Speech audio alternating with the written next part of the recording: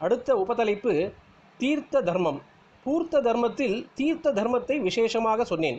ரொம்ப ஜல கஷ்டம் உள்ள இடத்தில் கிணறு குளம் வெட்டுவதை ரொம்பவும் பெரிய தர்மமாக ஆதி நாளிலிருந்து ஸ்லாகித்து சொல்லியிருக்கிறது. இப்போது ராஜஸ்தான் ஸ்டேட்டில் சேர்ந்துவிட்ட ராஜபுதனம் ஒரே பாலைவன பிரதேசம் அல்லவா?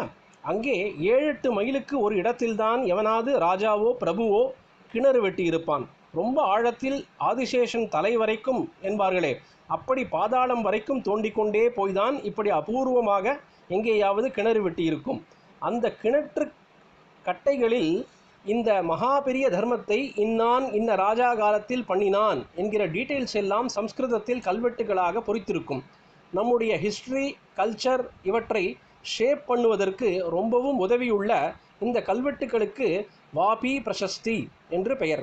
வாபி என்றால் கிணறு, பிரசஸ்தி என்றால் புகழ்மொழி. இப்போதும் ராஜஸ்தானியர்களான மார்வாரிகள் அவர்களுக்கு ஜலக்கஷ்டம் நன்றாக தெரியுமாதலால் கிணறு வெட்டும் தர்மத்தில் விசேஷமாக ஈடுபட்டிருக்கிறார்கள். கிராமப்புறங்களில் எல்லாம் சேர்ந்து குளம் வெட்டலாம். இருக்கிற குளங்களை தூர்வாரி சுத்தம் பண்ணலாம். பெரியவன் சிறியவன் என்று இல்லாமல் எல்லோரும் சேர்ந்து பண்ணுவது முக்கியம்.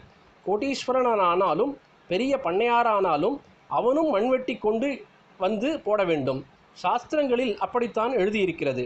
அஸ்திவாரக்கல் நாட்டுவது, டேப் வெட்டுவது முதலானதுகள் சாஸ்திரத்தில் இல்லவே இல்லை. எத்தனை பெரியவனானாலும் அவனும் வாஸ்தவமாகவே உடம்பு வேர்க்க மற்றவர்களோடு சரிசமமாக பூர்த்த தர்மம் பண்ண வேண்டும். ரதோத்சவத்தில் எல்லா ஜாதிக்காரர்களும் ஒன்றாக சேர்ந்து வடம் பிடித்து இழுக்கிற மாதிரிதான் இதுவும். அமிர்ததாரை தொடர்ந்து பொழியும்.